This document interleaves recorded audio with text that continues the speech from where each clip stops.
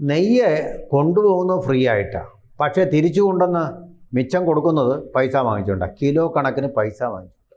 ഓരോ കിലോയ്ക്ക് ഇത്ര രൂപ എന്നും പറഞ്ഞ് വാങ്ങിക്കുക. ആ വെട്ടിപ്പ് അവിടെ നടക്കുന്നു. അതുപോലെ ആയിരിക്കും ഈ അമൃതത്തിന് വേണ്ടിയുള്ള വിഭവങ്ങൾ. അരി, നാളികേരം, അതുപോലെ ഉപ്പ്, അതുപോലെ തന്നെ പഞ്ചസാര. ഈ സാധനം ചതുർ വിഭവമല്ലേ. ശർക്കര, ഒരുപാട് സാധനങ്ങൾ വേണം. നെയ്യ് വീണ്ടും വേണം. കദളിപ്പഴം, അക്കാര്യത്തിലൊക്കെ എന്തെല്ലാം വെട്ടിപ്പാണ് നടക്കുന്നത് അറിയോ. കദളിപ്പഴത്തിനൊക്കെ എന്താ വില ഇപ്പം.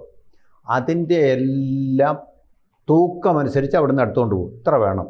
5 കിലോ പാണ്ടികക്കാരൻ പറയുകയാണ് 5 കിലോ വേണ്ടതെന്ന് പറഞ്ഞാൽ അവരെ 50 കിലോ എടുത്തുകൊണ്ട് പോകും. ബാക്കി 40 കിലോ അവരുടെ വെക്കും. എന്നിട്ട് പിറ്റേ ദിവസം കൊണ്ടുവന്ന് ഇവിടെ കലവറയിൽ തന്നെ കൊടുക്കും. മലയല്ലേ, കടയിലെങ്ങാനും പോയി ഇപ്പോൾ പോയി വാങ്ങിച്ചുകൊണ്ട് വരാൻ പറഞ്ഞാൽ പറ്റും. ഏജൻറ്റുമാർ കൊണ്ടു കൊടുക്കുക. ബാക്കി 49 കിലോയുടെ 50 കിലോയിലെ 1 കിലോ ഉപയോഗിച്ചു. ബാക്കി 49 കിലോയുടെ കണക്ക് പറഞ്ഞ് വെള്ളം വാങ്ങിക്കും. അത് ചീട്ടാക്കും, പൈസയാക്കി വരുമാനം.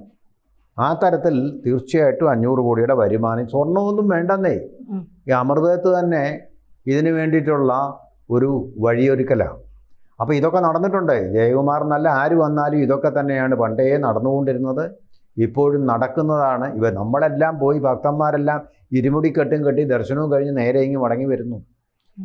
ഇതിൻ്റെ അടരുകൾക്കുള്ളിൽ നടക്കുന്ന ഈ അഴിമതിയെക്കുറിച്ചൊന്നും നമ്മൾ ബോധ്യന്മാരല്ല. നമ്മൾ അന്വേഷിക്കാൻ പോവില്ല. അവിടെ നിന്ന് നിൽക്കാൻ തന്നെ 1/2 മിനിറ്റ് നിൽക്കുമ്പോഴത്തേക്ക് പിടിച്ച് മാറ്റുകയല്ലേ നമ്മളെ. നേരെ ചെന്നിത്തലയുടെ പെട്ടെന്നുള്ള അയ്യപ്പ പ്രേമം, അതാണ് എനിക്ക് മനസ്സിലാകാത്തത്. ഇനിയിപ്പോൾ അതേ രക്ഷയുള്ളൂ എന്ന് മനസ്സിലായി. കോൺഗ്രസ് അടിപടലം പോക്കാ. ഇനി ശിഷ്ടകാലം ശബരിമലയിലെങ്ങാണം അവിടെ ഒരു ആശ്രമം വല്ലതും കെട്ടിക്കൊണ്ട് അവിടെ അങ്ങ് ചേർന്നാൽ മാത്രമേ രക്ഷയുള്ളൂ എന്ന്. അദ്ദേഹം ശബരിമല പോകാറുണ്ട് പണ്ടും. അതാണ് എന്ന് പറഞ്ഞു. അതെ.